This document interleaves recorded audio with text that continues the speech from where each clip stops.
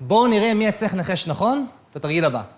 אז אני יודע שהעיגולים האלה נראים באותו הגודל, אבל הם לא. האמת שאחד מהם גדול מהשני בדיוק ב2%. ומה שהייתי שמח שנעשה זה שפשוט תנסו לנחש איזה עיגול יותר גדול. רק בהצבעה, קחו איזה שנייה להסתכל. מי שחושב שהעיגול הכחול יותר גדול, שירים את היד, אוקיי? מי שחושב שהעיגול האדום דווקא יותר גדול, שירים את היד. אוקיי, אחלה, יש לנו משהו כמו 50% כחול, 50% אדום, פחות או יותר.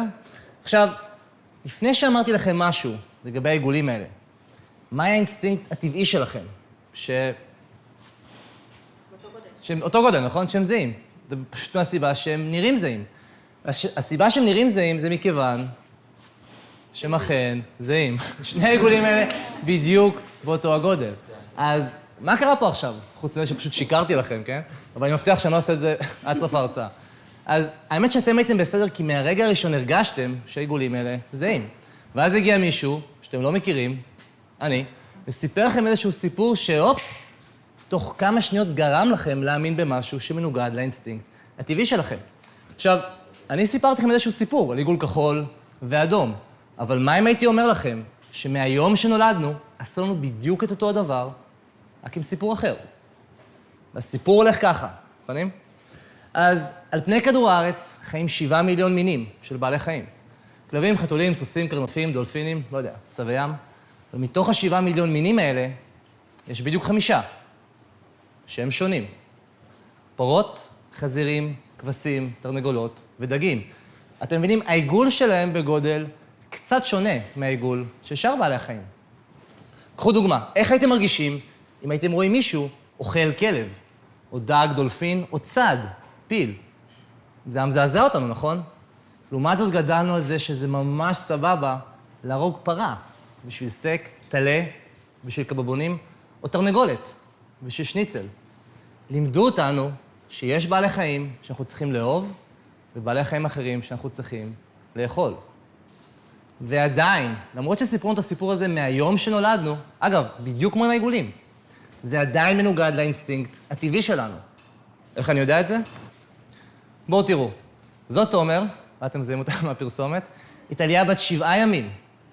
איך הייתם מגיבים אם הייתי נכנס לכאן עם תומר,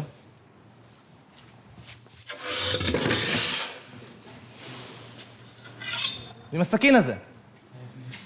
מניח אותו פה, על השולחן. מי היה מתנדב לקחת את הסכין ולשחוט את תומר? אף אחד, נכון? שנגיד שבסופו של דבר... מה השם, אחי? יאיר. יאיר, סליחה שאני נופל עליך. יאיר ניגש לכאן, מרים את הסכין, ולוקח את תומר. הוא עומד לשחוט את תומר ממש כאן ועכשיו, מול העיניים שלכם. מה הייתם עושים? אני חושב שהייתם, לא יודע, מנסים לעצור אותו, נכון?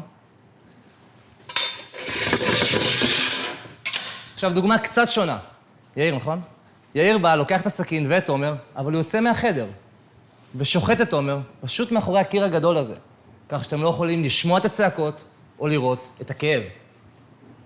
האם פתאום עכשיו זה הופך להיות בסדר? אתם מבינים, כשאנחנו רואים פגיעה בתומר, או בכל בעל חיים אחר מול העיניים שלנו, אז ברור לנו שזה משהו שהוא פסול. אז למה כשאנחנו לא רואים את זה, פתאום זה הופך להיות בסדר? ובדיוק בגלל כל הסתירות האלה, אנחנו חיים היום בעידן בלתי נתפס. עידן שבו שוחטים עבורנו, בני אדם, 150 מיליארד בעלי חיים, כל שנה. שזה יוצא משהו כמו 5,000 בעלי חיים בשנייה. 5,000, 10,000, 15,000, 20,000. עד שההרצאה הזאת תסתיים, הם מתו 10 מיליון בעלי חיים. אפילו בישראל, שאנחנו מדינה יחסית קטנה, אנחנו הורגים 1,000,000 בעלי חיים כל יום. כל יום. שימו לב על מה הקטע? שזו אפילו לא בעיה. זאת אומרת, זו בטוח בעיה, כן? אבל זה לא שורש הבעיה. זה שורש הבעיה. זה הפלאפון שלי, אמיתי, תכירו.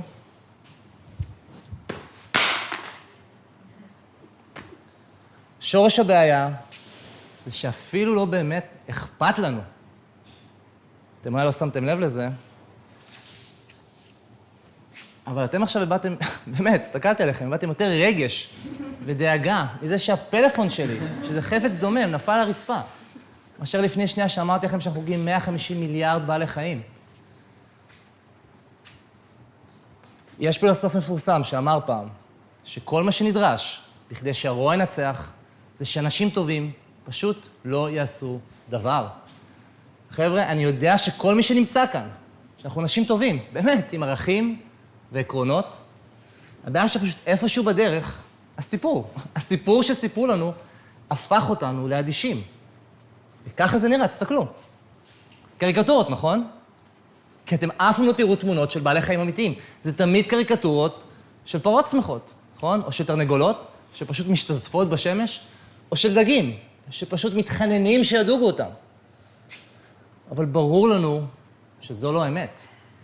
זו אשליה, שנמצאת אך ורק בראש שלנו, ושיש לה רק מטרה אחת, וזה למקסם רווח.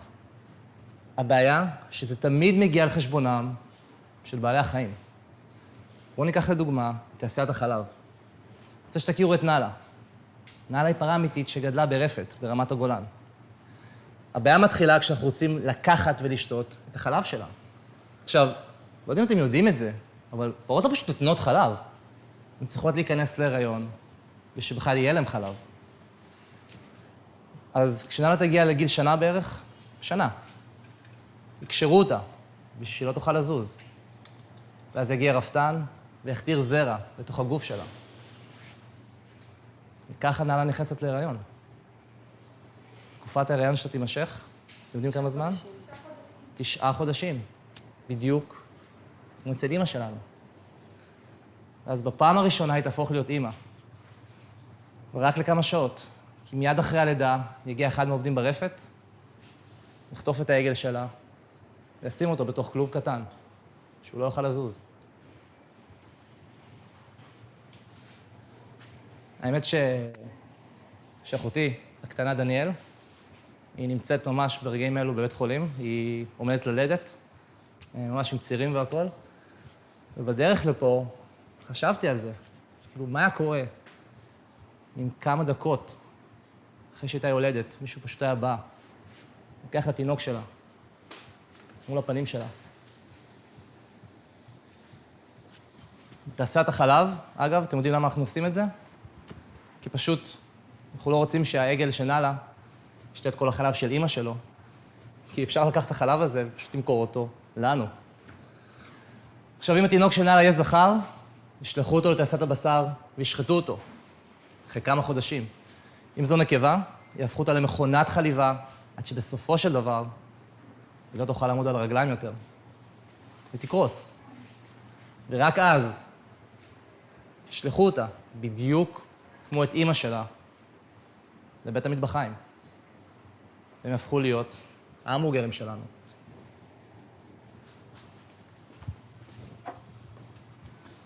ולמה אנחנו עושים את כל זה?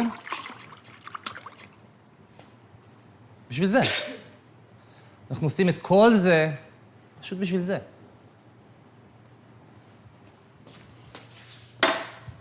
אבל מה אם אני אגיד לכם שזו רק תעשיית החלב או הבשר? שדווקא מוצרים שנראים לנו הכי תמימים, כמו ביצים, זו תעשייה שגורמת לסבל עצום לבעלי החיים. אבל כאילו, האמת שזה ממש הפתיע אותי, כי אני כל החיים שלי הייתי בטוח שתרנגולות פשוט מסתובבות בטבע, מטילות ביצים, אנחנו מגיעים, פשוט מרימים את הביצה מהרצפה ואוכלים אותה. אז כאילו, אז מה הבעיה, נכון? זו לדעתי התמונה הכי קשה שתראו היום. פשוט מהסיבה שהיא מסמלת חיים שלמים. התרנגולות האלה חיו את כל החיים שלהם בתוך הכלוב הזה. אז תחשבו על זה, כפות הרגליים שלהם לעולם לא ייגעו באדמה. הכנפיים שלהם לעולם לא ייפרסו, והעיניים שלהם לעולם לא יראו אור יום. לפני כמה חודשים הייתי בלול בצפון, וישבתי שם במשך 40 דקות, הסתכלתי על התרנגולות, הייתה שם תרנגולת אחת, שכל הזמן שהייתי שם ניסתה לפרוץ מהכלוב, ניסתה לברוח, ניסתה לצאת החוצה. כל הזמן הזה שהייתי שם, היא לא הפסיקה. שבר לי את הלב. זה היה לי כל כך עצוב לראות את זה, שפשוט הלכתי. עכשיו, אני הייתי שם 40 דקות. היא הייתה צריכה להיות שם כל החיים שלה. שזה למעשה 1.5 שנה. אחרי משהו כמו 1.5 שנה, הם כבר לא יטילו מספיק ביצים, אז הם לא היו מספיק כלכליות לתעשייה. ואז בפעם הראשונה, הכלוב הזה ייפתח. בפעם הראשונה. אבל זה לא יהיה בשביל לשחרר אותם לחופש, זה יהיה בשביל לחשמל אותם למוות. וזה ממש לא משנה באיזה סופרמרקט קנינו, אם זה ביצי חופש, ביצים אורגניות, או ביצים רגילות. כי זה מה שעושים לכל התרנגולות הנקבות בתעשייה, לכולן. אלה הנקבות. לגבי הסכרים, סיפור אחר לגמרי. אתם מבינים, הסכרים יש בעיה. הם לא יכולים להטיל ביצים, כי הם סכרים. אז אין להם שום ערך כלכלי. אז מה עושים איתם? לא לדאוג, מצאו גם לזה פתרון. וממש כמה שעות אחרי שהאפרוחים והסכרים בוקעים, פשוט לוקחים אותם וזורקים אותם בתוך בלנדר ענק שגורס אותם למוות כשהם עוד בחיים. אנחנו גורסים בישראל 15,000 אפרוחים סכרים כל יום. כל יום. רק בשביל לחסוך כסף. זהו. עכשיו, בשביל לא נרגיש חרא עם עצמנו ונפסיק לקנות את המוצרים האלה, התעשייה, שאני חייב לדעת שהם גאונים, הצליחו לגרום לנו להאמין שיש דרך יפה וחומלת לעשות את כל הדברים האלה. אז הם יספרו לנו סיפורים, כן? על ביצי חופש ועל פרות שנמצאות בטבע ואוכלות אוכל אורגני. ונכון שבסופו של דבר ישחטו את כולם, הם כולם ימותו. כל בעלי החיים בתעשיות האלה ימותו. אבל בצורה הומנית. איך הם יקראו לזה? שחיטה הומנית. אם יש משהו אחד שמחרפן אותי, זה המונח הזה. תחשבו על זה. שחיטה. שחיטה. זה הדבר הכי נורא שאפשר לעשות. אתם באמת חושבים שיש איזושהי דרך יפה וחומלת לקחת חיים ממישהו שרוצה לחיות? זה לאותו משקל שאני אגיד לכם שיש דבר כזה, אונס מרצון, או סחר ילדים מוסרי, עבדות הוגנת. אתם יודעים מה? אתן לכם עוד דוגמה. טוצקי, בוא לפה, בוא לפה, בוא לפה, כן, את חלק מההמצאה עכשיו, כן. זו טוצקי, הגיעה לה בגיל 6 חודשים, אחרי שנטשו אותה ביישוב ליד ירושלים. ואני החלטתי שאתן את החיים הכי טובים שאפשר. אז אני מביא את האוכל הכי בריא שאפשר. אנחנו יוצאים לטיולים מאוד ארוכים כל יום, אני מגרל את הבטן כמו שהיא אוהבת, אנחנו אפילו צופים בנטפליקס ביחד, באמת. ואז יום אחד אני קם בבוקר ומחליט שבא לי לאכול אותה, כן. אז אני הולך למטבח, לוקח סכין, מצמיד לצוואר שלה, ומשסף לה את הגרון, בצורה הכי יפה וחומלת שאפשר. לא באמת טוצקי. סליחה שהפרעתי לך שוב. שחיטה הומנית? יש שני דברים שמשותפים לכל בעלי החיים על פני כדור הארץ. כולם רוצים לחיות ולהימנע מכאב.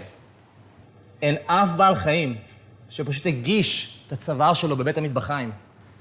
הם כולם נלחמים על החיים שלהם עד הרגע האחרון, עד השנייה האחרונה. ובעיניים שלהם, תחשבו על זה, מנקודת המבט של בעלי החיים, הם בטוח חושבים שאנחנו השונאים הכי גדולים שלהם, מבלי שהם בכלל מבינים מה הם עשו לנו. והסיבה שאני נמצא כאן היום, באמת, זה בגלל שאני יודע שזה לא נכון. להפך, אני יודע שעמוק בפנים, אנחנו אוהבים בעלי חיים. רק תחשבו על התקופה הזאת, שהיינו ילדים. זה לא היה לפני הרבה זמן. ואהבנו את כל בעלי החיים, וזה בכלל לא משנה אם זה הכלב, חתול, סוס, חמור או דג זהב. הם היו החברים הכי טובים שלנו. ואם מישהו היה פוגע בבעל חיים לידינו, כל בעל חיים, היינו לוקחים את זה ממש קשה. תחשבו על זה, יש סיבה שבטיולי בית ספר אף פעם לא לקחו אותנו, וגם אף פעם לא ייקחו אותנו לבתי מטבחיים.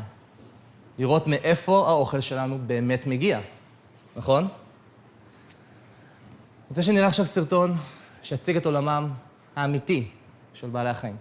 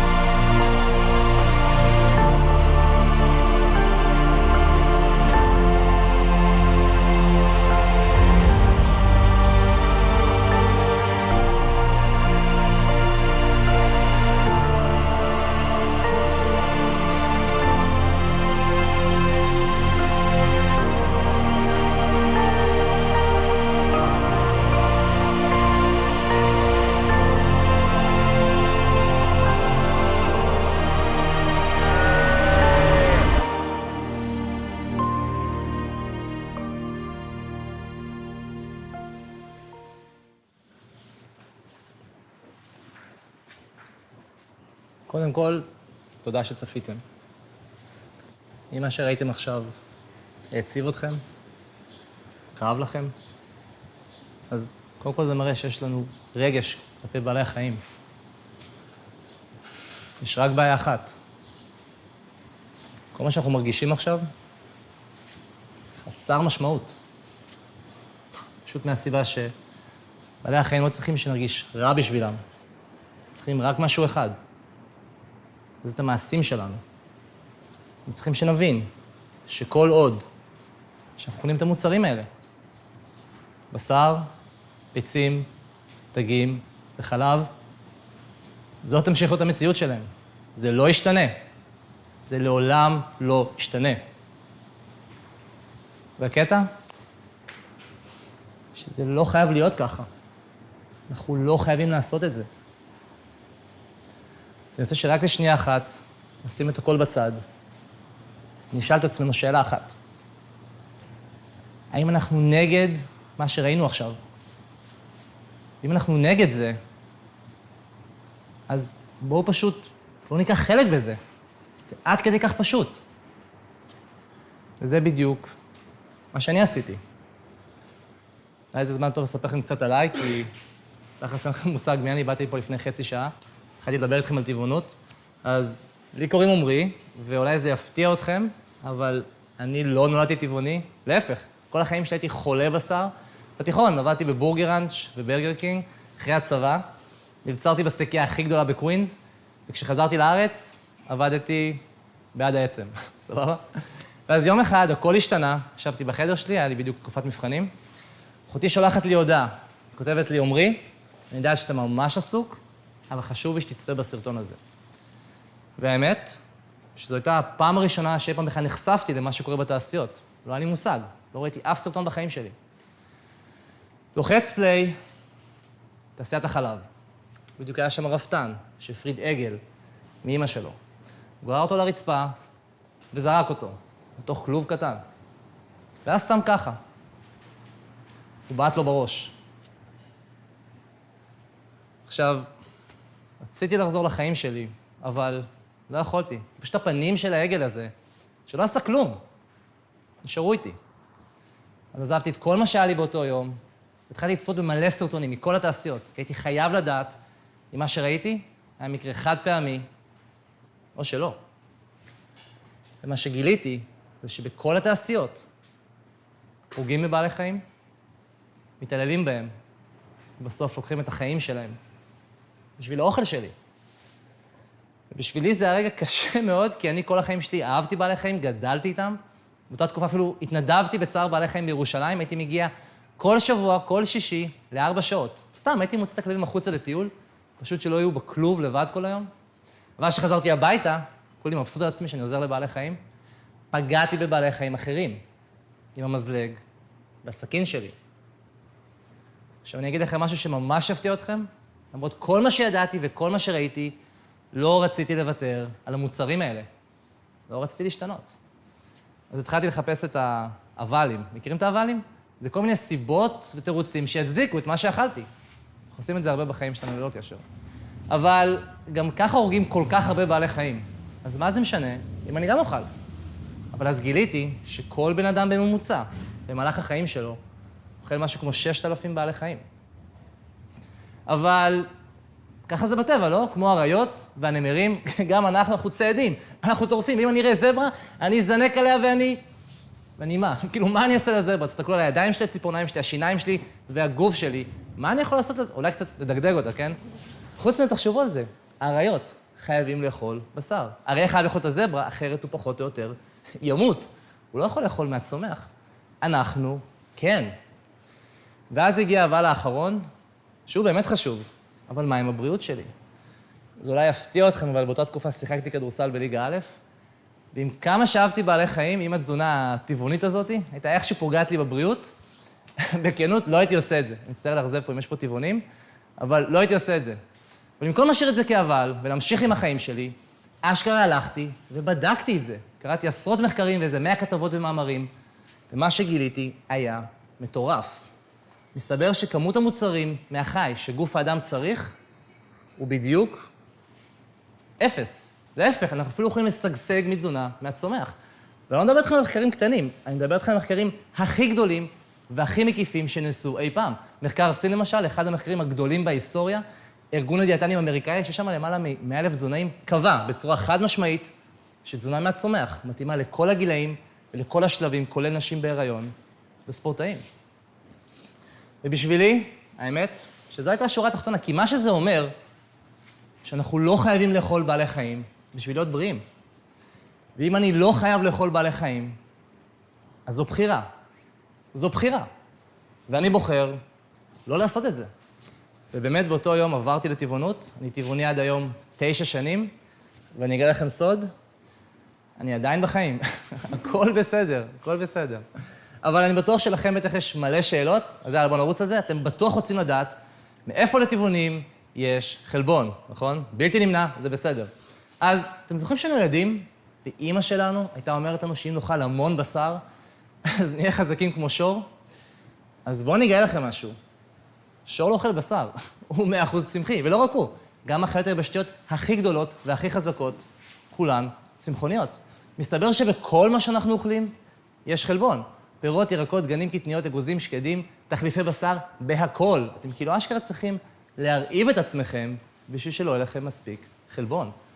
והיום, זה אפילו לא בשביל שלנו מספיק חלבון, כי הספורטאים המובילים בעולם עוברים היום לתזונה טבעונית. אגב, לא בשביל בעלי החיים או איכות הסביבה, אלא פשוט בשביל לשפר את הביצועים שלהם. יש לכם את נובק דיוקוביץ' וסרינה וויליאמס בטניס, יש לכם את קיירי ארווין, סופרסטאר ב-NBA, יש לכם אלופי עולם בהרמת משקולות ואגרוף, יש לכם גם לוחמי MMA, ואפילו יובל שמלה מנינג'ה ישראל, זכה פעמיים, הם כולם טבעונים. יש סרט מעולה שנקרא Game Changers, שאני סופר ממליץ עליו, ואם הנושא הזה מעניין אתכם. אתם בטח גם רוצים לדעת מה הקטע של חלב, נכון? כי גדלנו על זה שאנחנו צריכים לצרוך 3 מוצרים ביום. אז אני רוצה להפתיע אתכם ולהגיד לכם שבניגוד לבשר, אני כן חושב שאנחנו צריכים לשתות חלב. אנחנו בסופו של דבר יונקים. אבל כמו כל היונקים, אנחנו צריכים לשתות חלב רק כשאנחנו נולדים ורק מאמא שלנו. מה שלא ברור לי זה מה לעזאזל קרה בדרך. ועוד דבר שלא ברור לי, זה כאילו מי הסוטה שלפני אלפי שנים ראה פרה ואמר לעצמו, נראה לי מעניין הדבר הזה, אולי נעשה את זה. ואם איך שהדבר הזה עדיין נראה לכם הגיוני, אני רוצה שרק לשנייה אחת נקשיב לגוף שלנו ונשאל את עצמנו, אבל בכנות, האם היינו מוכנים לשתות חלב מכל בעל חיים אחר? היינו שותים חלב כלבים, חתולים, סוסים, קרנפים, קופים. בתכלס, בגיל שלנו היום, לא היינו אפילו שותים חלב מאמא שלנו, נכון? איזה מוזר זה, פתאום חוזרים לשתות חלב מאמא שלנו. ואם לא היינו אפילו לשתות חלב מאמא שלנו, אז למה לעזאזל שנשתה חלב מפרה? אתם יודעים למה? בדיוק מאותה סיבה שנראה לנו שהעיגול הכחול גדול מהאדום, או שהאדום גדול מהכחול. זה הסיפור. זה הסיפור שסיפרו לנו מהיום שנולדנו, שחלב בריא, טבעי וחיוני. אם חוזרים על השקר הזה מספיק פעמים, אז זה הופך להיות חלק מהמציאות שלנו. מסתבר שעם כסף אפשר לקנות את האמת. האמת שעם כסף אפשר לגרום לנו להאמין לכמעט כל דבר. קחו דוגמה ממש משוגעת. מוכנים? אתם לא תאמינו לי, אבל לפני 80 שנה, סיגריות נחשב למשהו בריא. אל תאמינו לי, תכנסו ליוטיוב, אבל לא עכשיו, כן, אחרי הרצאה. אתם תראו שם פרסומות משנות ה-50, שאתם רואים שם רופאים ממליצים על עישון סיגריות. וכל זה כמובן מגובה באינסוף מחקרים. ואני עדיין בטוח אבל שיש פה אנשים שיושבים ושואלים את עצמם, רגע, לא הבנתי. מה, אני כאילו משווה בין סיגריות לבשר? אז אני רוצה להגיד לכם שכן, אבל שלא אני עשיתי את זה. ארגון הבריאות העולמי ב-2015 הכריז שבשר מעובד, שלא יודע אם אתם יודעים מה זה, אבל זה למשל נקניקים, נקניקיות, פסטרמה, קבבים, שניצלים, המבורגרים מעובדים, בשר אדום מעובד, מסרטן באותה קטגוריה כמו סיגריות. ואלה מוצרים שאנחנו אוכלים כל יום. ועדיין, אין לי ספק בכלל שבסוף ההרצאה יהיו אנשים שיבואו אליי ויגידו לי, אוקיי, הבנו, אנחנו לא נאכל בשר מעובד כי זה מסרטן, בואו פשוט נאכל בשר עוף. זה אמור להיות בריא, לא? אם אני מסתכל על האריזה, אני רואה ישר מהטבע, 100% טבעי, אז מה הבעיה? בואו אני אגלה לכם משהו. זו לא תרנגולת שאתם אוכלים, אלא זו. התעשייה של היום הנדסה גנטית את התרנגולות שיהיו פי 4 יותר גדולות ממה שהן בטבע. וזה לא רק הגודל, זו גם המהירות. כי העוף שאנחנו אוכלים היום זה למעשה אפרוחים, בני 42 יום, שהפכנו אותם למפלצות. אני אגיד לכם עוד משהו. העיוותים הגנטיים זה אפילו לא דבר עיקרי שאמור להטריד אותנו. כי האפרוחים האלה גדלים בתנאים כל כך קשים של צפיפות, חולי וזוהמה, שצריך לדחוף לגוף שלהם כמויות מטורפות של אנטיביוטיקה ותרופות, רק בשביל שיצליחו לשרוד 42 יום. 42 יום. אתם מבינים? עד עכשיו דיברתי איתכם על בעלי חיים, אבל בתכלס, כשאנחנו אוכלים את המוצרים האלה, גם אנחנו קורבן של כל הסיפור הזה. אבל יש עוד קורבן אחד, שהוא כנראה הכי חשוב, כי כשהוא ימות, גם אנחנו לא נהיה כאן. ואני כמובן מדבר על כדור הארץ. תודה. אז תרגישו חופשי להשתתף עכשיו. תרימו את היד אם אכפת לכם מכדור הארץ. גם אם לא אכפת לכם זה גם בסדר, בסדר? ותשאירו את היד למעלה אם אתם עדיין אוכלים בשר. אוקיי, אחלה. אז קודם כל תודה על הכנות, אני סופר מעריך את זה. תוכל להוריד את היד, בסדר? עכשיו תראו, למחזר עיתונים, להחליף נורות, לנקות חופים, זה אחלה מדהים, תמשיכו לעשות את זה.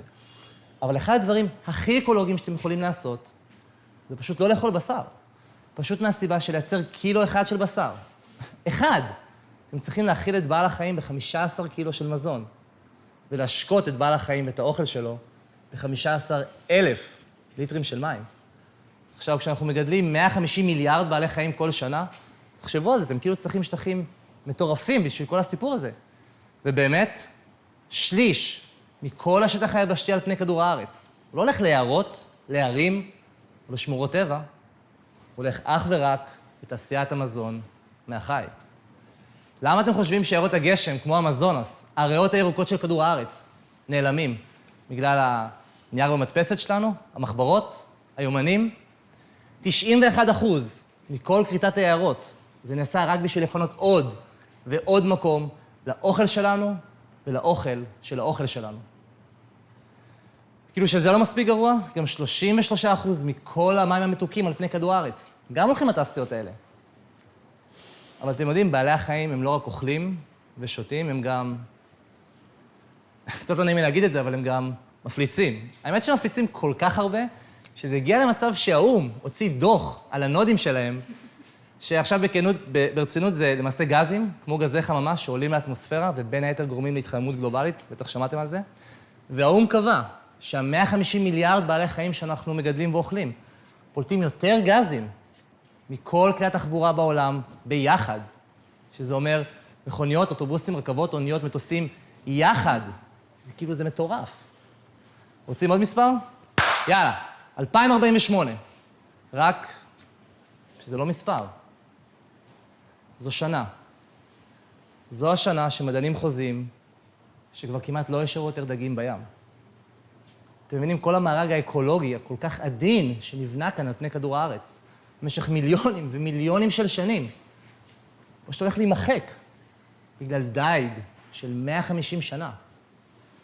וכשזה יקרה, שכבר לא יישארו יותר דגים בים, והאוקיינוסים ימותו, והפכו למדבר, אז גם אנחנו לא נהיה כאן.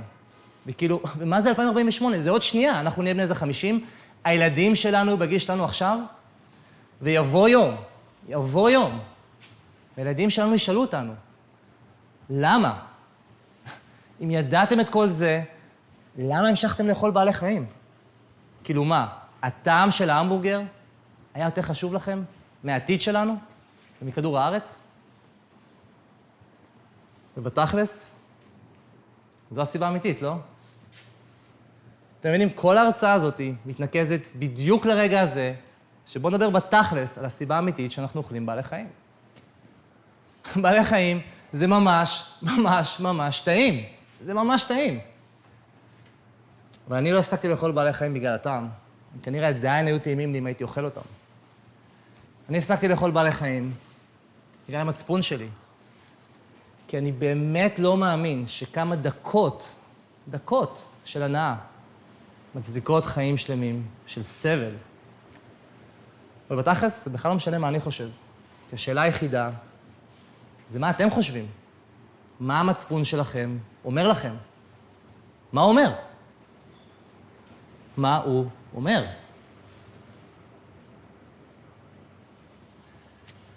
עכשיו, קצת אחרי שעברתי לטבעונות, הרבה אנשים היו באים אליי ומתחילים לשאול אותי, רגע, אז אתה טבעוני? אז כאילו, אז מה אתה אוכל? והאמת שאני עדיין אוכל את רוב הדברים שאכלתי פעם, פשוט אף לא תייגתי אותם כטבעונים. ואני בטוח שזה דברים שגם אתם אוכלים כל יום, פירות, ירקות, אורז, מג'דרה, פסטה, קינוע, טחינה, חומוס, צ'יפ, סלט, פלאפל. יש לכם גם קישים, ממולאים, פשטידות, מאפים טבעונים מעולים, יש לכם גם עוגות ועוגיות, ויש לכם גם תחליפים מדהימים לכל הדברים שאתם הכי אוהבים. יש לכם המבורגרים טבעונים, פיצות טבעוניות, קבבים, שניצלים, נקניקיות טבעוניות, יש לכם גבינות טבעוניות, יותר קשות או יותר רכות, ויש לכם לא פחות מ-50 סוגים שונים של חלב מהצומח. חלב סויה, חלב שקדים, חלב אורז, חלב שיבולת שער, חלב קוקוס, חלב אגוזים. אני בטוח שמתוך כל הסוגים האלה תמצאו לפחות סוג אחד שתאהבו. ויכול להיות שפעם לפני, נגיד 9 שנים, כשאני עברתי לטבעונות, היה קצת קשה. האמת שהיה לי מאוד קשה, אבל זה הפעם. אבל היום, יש לכם כאילו שפע מטורף של אופציות טבעוניות. אתם אולי לא יודעים את זה, אבל אתם חיים במדינה הכי טבעונית בעולם. בשנים האחרונות, למעלה ממיליון אנשים הפסיקו לאכול בעלי חיים. אז לאן שלא תלכו, יהיה לכם מלא אופציות ותפריטים טבעוניים משוגעים. אנחנו לא חיים היום בעידן האבן. היום אני פשוט נכנס לכל סופרמרקט עם הג'ין שלי והאשראי שלי, ואני פשוט מצביע על המוצר שאני רוצה, אם זה חלב סויה למשל, שלא פוגע בבעלי חיים, או חלב פרה, שכן פוגע בבעלי חיים. ודרך אגב, בדרך כלל זה ממש על אותו מדף, כל מה שאני צריך לעשות זה ככה, במקום ככה. ואם אני במסעדה, אני פשוט מצביע על המנה שאני רוצה, ואם בבית, אני פשוט לוחץ באפליקציה על המנה שאני רוצה, וזהו. והאוכל מגיע אליי. זה מעולם לא היה יותר פשוט להיות טבעוני. להיות טבעוני היום זה קל. מה שלא קל, ואפילו קשה, זה לעשות את הצעד הראשון. כי זה מצריך מאיתנו לעשות שינוי. וכמו כל שינוי שאנחנו רוצים לעשות, זה קשה, זה באסה. אבל יש לי חדשות טובות. לשנות הרגלים, זה לא עכשיו מה שלוקח שנים. זה לוקח בסך הכל 3 שבועות. זהו. ואז זה נהיה הרגל החדש שלכם, וזה נהיה סופר קל. ובדיוק בשביל זה, יש פרויקט מדהים שאולי שמעתם עליו, נקרא אתגר 22, שילווה אתכם ב3 שבועות האלה, עם תפריטים, תזונאים ומומחים, שיענו לכם על כל שאלה שיש לכם. זה לא לכסף, אתם אפילו צריכים לצאת מהבית. כל מה שאתם צריכים לעשות זה לכתוב בגוגל אתגר 22, וזהו. צאו לדרך. לא רואים הישרדות? לא. ואם יש פה אנשים שעדיין קצת חוששים ומתלבטים, אני רוצה להרגיע אתכם, כי אני לגמרי מבין אתכם, כי הייתי בדיוק בנעליים ובסנדלים שלכם. אז אני רוצה שרגע נעשה תרגיל, נעצום את העיניים ונדמיין רגע שאנחנו מנסים טבעונות, וכל מה שחששנו ממנו, הכל קורה. אני היחיד שיוצא מעיניים, כן?